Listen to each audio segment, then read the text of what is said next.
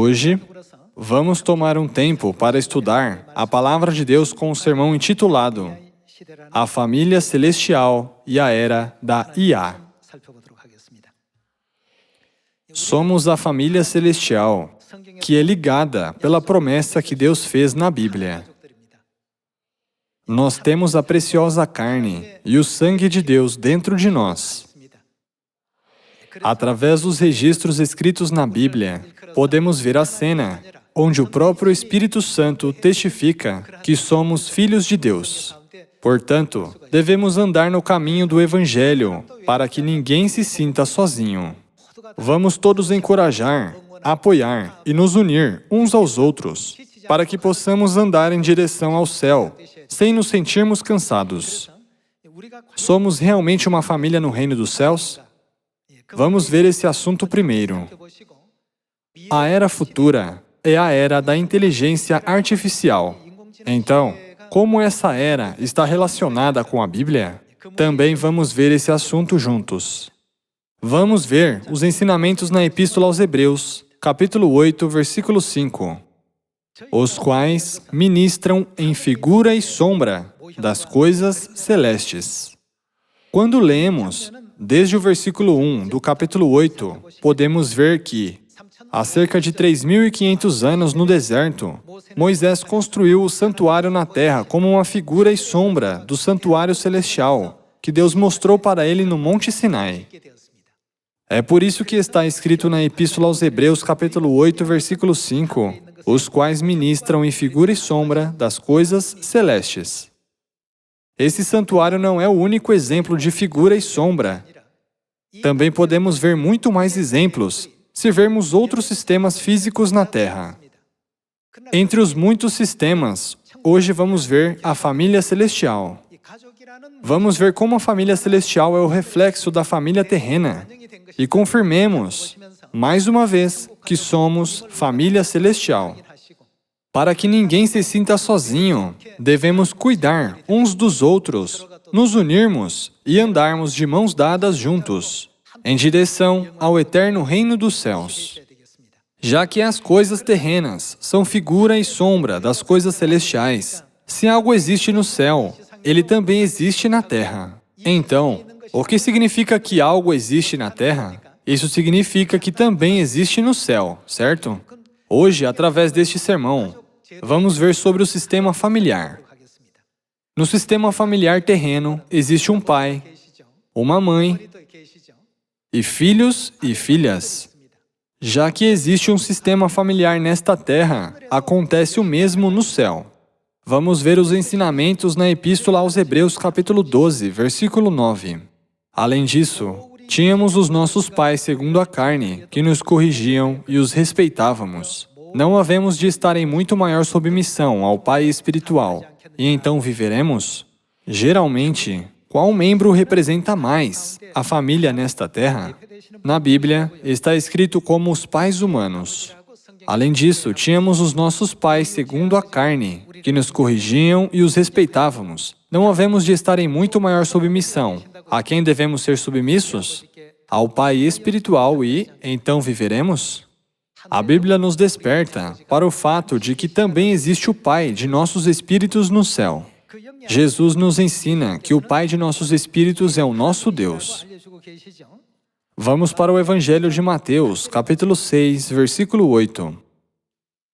Não vos assemelheis, pois, a eles, porque, quem?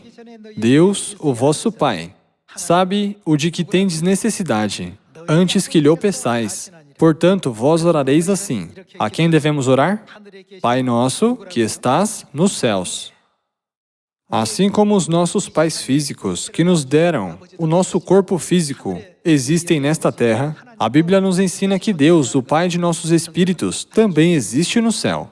A palavra, ou o título Pai, é usado no sistema familiar, não no trabalho ou no exército. Ele não é usado nesses lugares. A Bíblia explica que isso não é uma mera especulação, mas é realmente um fato. Vamos ver as palavras de Deus em mais detalhes. Vamos para a segunda Epístola aos Coríntios, capítulo 6. No capítulo 6, versículo 17, está escrito: Por isso, retirai-vos do meio deles, separai-vos, diz o Senhor. Não toqueis em coisas impuras e eu vos receberei. Serei, o que Deus será? Vosso Pai. E vós sereis para mim filhos e filhas, ou seja, filhos de Deus, diz o Senhor Todo-Poderoso. Essa é a palavra de Deus. Deus é o nosso Pai e deve existir os filhos que o chamam pelo título de Pai. Então, quem são esses filhos que chamam Deus de Pai? A Bíblia ensina sobre o fato de que nós, que cremos em Deus, enquanto vivemos nesta terra, somos filhos de Deus. Então, o mais importante, quem devemos ter também? De acordo com o sistema terreno, sempre existe uma mãe na família. Então, quem também deve existir na família celestial? Sem a mãe, a família celestial não pode existir no reino dos céus. Irmãos e irmãs, para onde vocês vão no Ano Novo Lunar? Há várias opções como ir a um lugar diferente, mas a maioria das pessoas vão à sua cidade natal. Se você for à sua cidade natal, mas o seu pai e a sua mãe não estiverem lá, como você se sentiria? Se ninguém estiver lá, vocês gostariam de ir para lá? Vocês não se sentiriam como se estivessem em sua cidade natal. Os seus pais devem estar lá. Está escrito que o sistema terreno é uma figura e sombra do sistema celestial. Se existe uma mãe na família terrena, deve existir a mãe celestial, no mundo espiritual também. As igrejas no mundo chamam Deus de Pai apenas da boca para fora. Porém, temos o nosso Pai e a nossa Mãe, que compartilham a sua carne e o seu sangue conosco. Nós temos irmãos e irmãs que compartilham a mesma carne e sangue. Somos família celestial. Vamos confirmar que no céu existe a Mãe, assim como existe uma Mãe na terra, através da Epístola aos Gálatas, capítulo 4. No capítulo 4, versículo 26, está escrito: Mas a Jerusalém lá de cima é livre, a qual é nossa mãe. Aqui, lá de cima, significa do céu, certo? Assim, a Bíblia claramente ensina para toda a humanidade sobre a existência da Mãe Celestial. Podemos entender e compreender que o sistema familiar terreno é uma verdadeira figura e sombra do sistema familiar celestial. Aqueles que insistem que a Mãe Celestial não existe, não podem entrar no reino dos céus ou obter a vida eterna. Isso porque Deus já usou a palavra plural, Elohim, para mostrar a existência de Deus Pai e de Deus Mãe em várias passagens, desde o livro do Gênesis até o livro do Apocalipse. Deus Pai não está sozinho, realizando a obra do Evangelho. Deus Pai e Deus Mãe sempre andam juntos, trabalham juntos e nos guiam juntos para que nossa igreja possa salvar o mundo. Eles estabeleceram Siões em todas as nações do mundo para cumprir a obra do Evangelho. Então, Deus realmente chama os irmãos e as irmãs da Igreja de Deus como seus filhos e filhas? Sim, Ele chama. Nunca devemos deixar um membro se sentir sozinho no caminho ao céu. Pelo contrário, vamos todos cuidar uns dos outros, encorajar e dar força aos que estão cansados. O que nos dá força não é uma substância física ou um ambiente físico. Devemos continuar a receber a palavra de Deus. Vamos estar fortalecidos pela palavra de Deus. Qual é a missão que a família celestial deve realizar na Terra? A família celestial deve realizar a obra do Pai e da Mãe. Qual obra o Pai e a Mãe fazem? Eles vieram a esta terra para guiar o mundo todo ao arrependimento e à salvação, encontrar nossos irmãos e irmãs perdidos até o caçula e levá-los ao eterno céu, certo? O Filho do Homem veio buscar e salvar o perdido. Deus não disse isso no Evangelho de Lucas, capítulo 19? A nossa obra não deve ser diferente da obra do Pai e da Mãe. O caminho por onde o pai e a mãe forem é o caminho em que devemos ir, e o caminho que o pai e a mãe nos mostram como exemplo É o caminho que devemos seguir, não é? Por que a Bíblia nos chama de família celestial? Se um pai, uma mãe e os filhos no sistema familiar terreno estão conectados pelo sangue, como será na família celestial? Deve ser a mesma coisa, porque ela é figura e sombra. O sistema familiar nesta terra é figura e sombra da família celestial, a realidade. Então, a família celestial não deve estar conectada através do sangue espiritual? Devemos conhecer qual é o tipo sanguíneo do nosso pai e da nossa mãe. Vocês podem rir, dizendo, então, as nossas almas têm tipo sanguíneo? Mas está escrito na Bíblia. Vamos ver esse assunto. Vamos para o Evangelho de Mateus, capítulo 26, versículo 17. No primeiro dia da festa dos pães asmos, vieram os discípulos a Jesus e lhe perguntaram, onde queres que te façamos os preparativos para comeres a Páscoa? E ele lhes respondeu, ide à cidade ter com certo homem e dizei-lhe, o mestre manda dizer, o meu tempo está próximo, em tua casa celebrarei a Páscoa com os meus discípulos. E eles fizeram como Jesus lhes ordenara e prepararam a Páscoa. Que tipo de cerimônia Deus celebra através desta Páscoa? Vamos para o versículo 26. Enquanto comiam, tomou Jesus um pão e, abençoando-o, o partiu e o deu aos discípulos, dizendo, tomai, comei, isto, o que é isso? É o meu corpo. Ele nos ensinou que o pão da Páscoa é o seu corpo, ou seja, a sua carne. Ele comparou o pão da Páscoa com o santo corpo de Cristo. Vamos para o versículo 27. A seguir, tomou um cálice e, tendo dado graças, o deu aos discípulos, dizendo, bebei dele todos. O que está contido nesse cálice? Ele pegou o cálice que continha o vinho da Páscoa e deu aos discípulos, dizendo, bebei dele todos. Porque isto, o sangue de quem é isso? É o meu sangue, o sangue da nova aliança derramado em favor de muitos, para a remissão de pecados. Então, qual é o tipo sanguíneo do nosso Pai Celestial? Claramente, é o tipo sanguíneo da Páscoa. Então, qual é o significado do dia da Páscoa para aqueles que participam da Santa Festa da Páscoa, da Nova Aliança? É o dia em que Deus dá a sua preciosa carne e sangue para toda a humanidade. Em outras palavras, a Páscoa é o dia em que recebemos a autoridade de nos tornarmos filhos de Deus. Porém, hoje, as igrejas no mundo não guardam a Páscoa. Não há nada de estranho sobre isso. É uma coisa natural. Porque a santa carne e o sangue do Pai Celestial na Páscoa é dado apenas para os filhos de Deus. As pessoas que têm o precioso sangue de Cristo, o sangue da Páscoa, são filhos e filhas de Deus.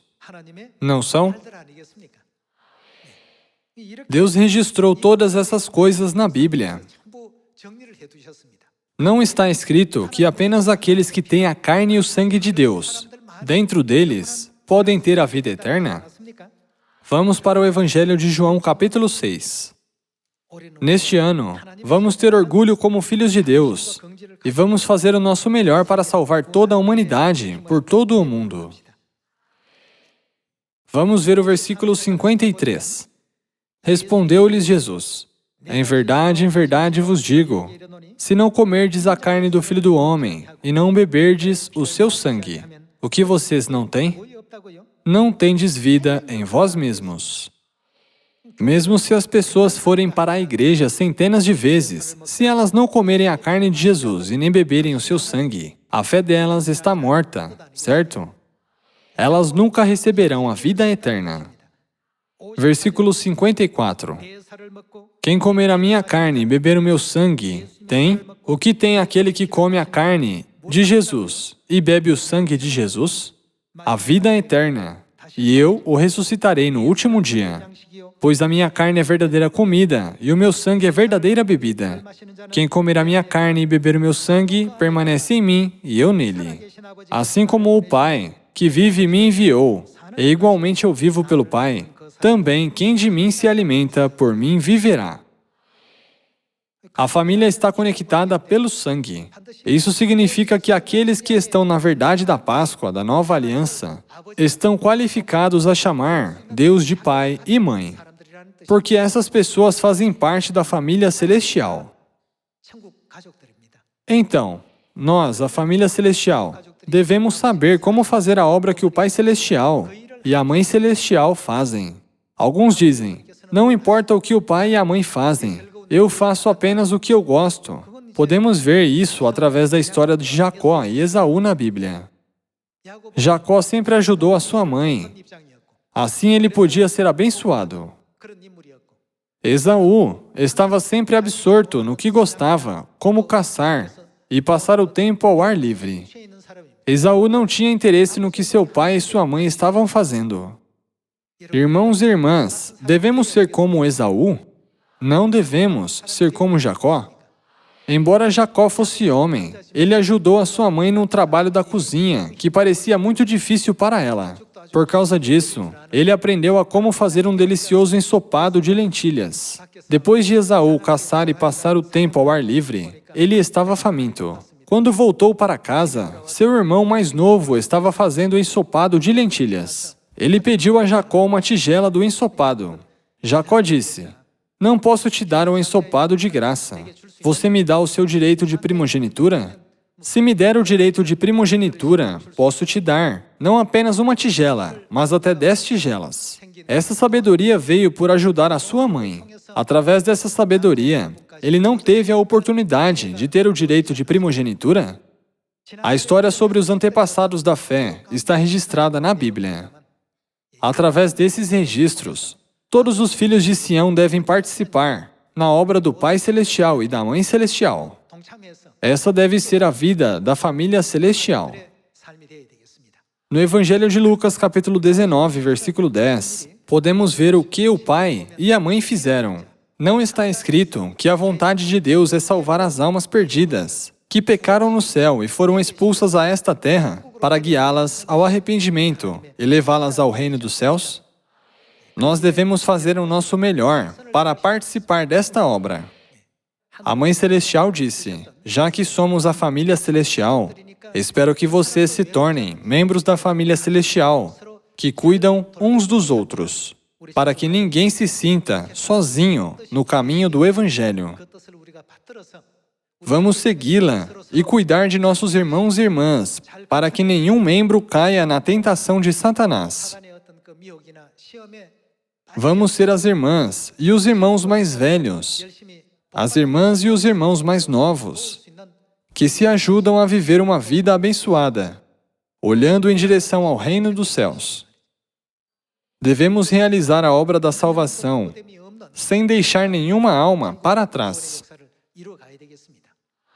Então, qual é o motivo para o título A Era da IA? Agora é a era da inteligência artificial, já que todas as fábricas usam robôs. Com inteligência artificial hoje em dia, há poucas pessoas trabalhando nas fábricas, apesar de as fábricas serem enormes. Até na fabricação de carros, tudo é feito através do uso de inteligências artificiais. Da solda à produção, todas as linhas de montagem são operadas por braços robóticos. Chegará um momento em que as pessoas não serão mais necessárias. Como sabem, um jogador coreano de Go, chamado Lee Sedol, e um computador com inteligência artificial, chamado AlphaGo, jogaram uma partida de Go. Isso foi comentado no mundo todo. Ela supera a inteligência humana. Os humanos podem apenas pensar uma centena de coisas por segundo, enquanto um computador com uma IA pode pensar milhares, dezenas de milhares, ou até centenas de milhares de coisas em um segundo. Portanto, os humanos não conseguem manter o ritmo da inteligência artificial. Pensando sobre isso, fiquei muito grato ao pai e à mãe. Se a inteligência artificial pregasse o sermão aqui, se tomasse os nossos lugares, sobraria alguma coisa para participarmos? Ela pode pregar por 24 horas, sem sequer dormir. Por outro lado, precisamos dormir, comer e descansar. Quando pensamos sobre essas coisas, o quanto somos abençoados por esse tempo dado a nós, nesta época, certo? No futuro, as pessoas não usarão mais armas para lutar em guerras.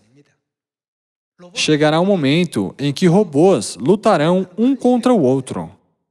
Irmãos e irmãs, vocês cozinham em casa, certo? Quando puderem cozinhar, por favor, façam o melhor para cozinhar bem para a sua família. Agora, se comprarem uma inteligência artificial e colocarem uma receita nela, ela pode fazer comidas deliciosas que as mães não conseguem fazer, como comida chinesa, comida coreana e comida americana. Além disso, a inteligência artificial pode ensinar a si mesma e até fazer pratos de fusão. Em outras palavras, tudo o que os humanos fazem pode ser feito por máquinas. Se a inteligência artificial desse um sermão, ela encontraria os versículos nos 66 livros da Bíblia melhor do que eu. Se ela for para o livro do Gênesis capítulo 1, já pode ir ao versículo 26 e lê-lo. Se você colocar todos os idiomas em uma rede de inteligência artificial, ela dará sermões em coreano para a Coreia, em inglês para os Estados Unidos, em francês para a França e em espanhol para a América Latina. Não podemos fazer isso, mas a inteligência artificial pode.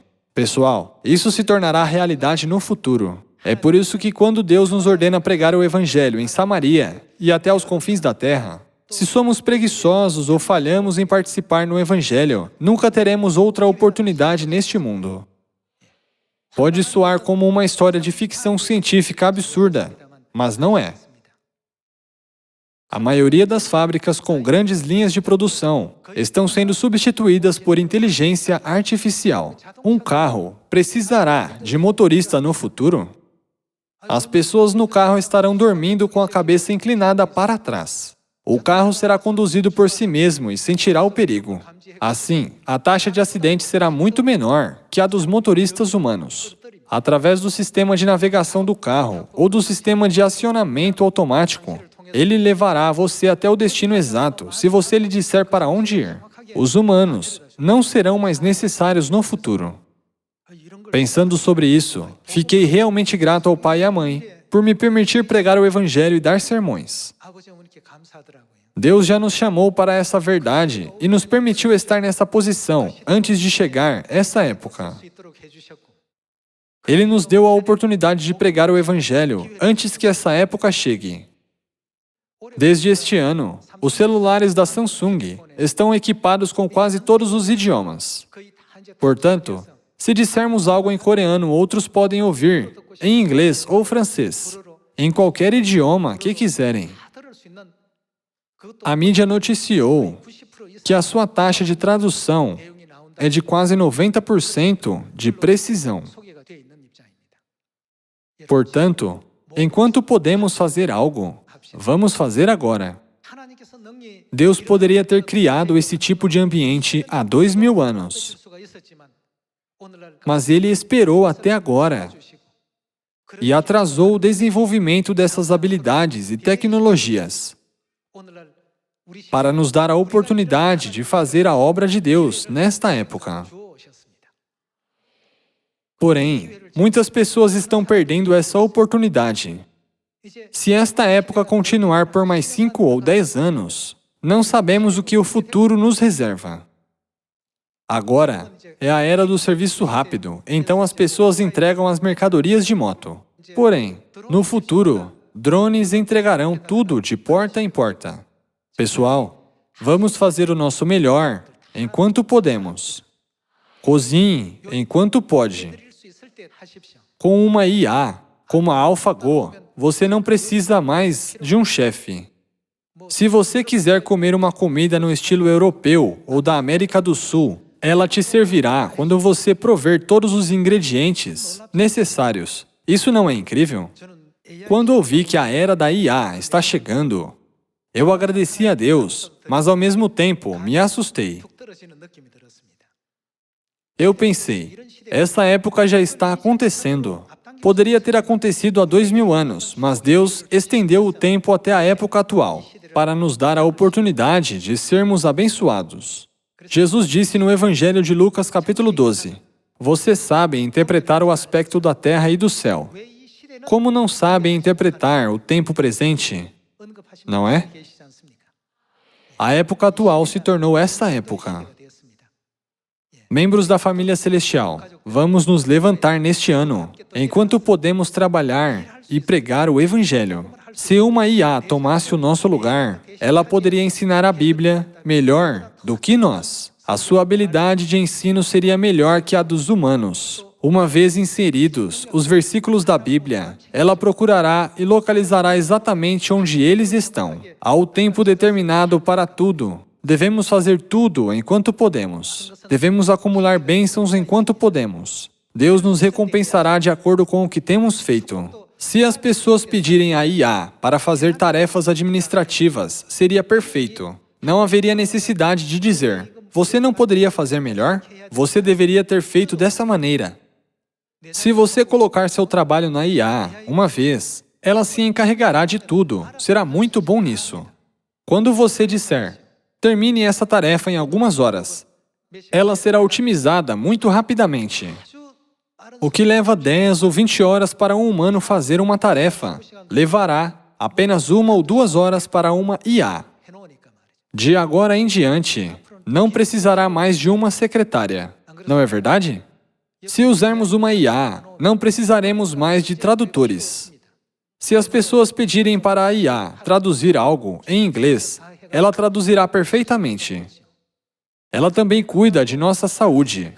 Ela também aprende nossos gostos. No tempo exato, ela faz uma xícara de café e a leva para você. Haverá a IA que fará esse trabalho maravilhoso. Estamos vivendo na época da inteligência artificial. Irmãos e irmãs, não estou dizendo isso por diversão, mas o futuro será uma época assim. Deus nos deu a oportunidade de fazer a obra do Evangelho.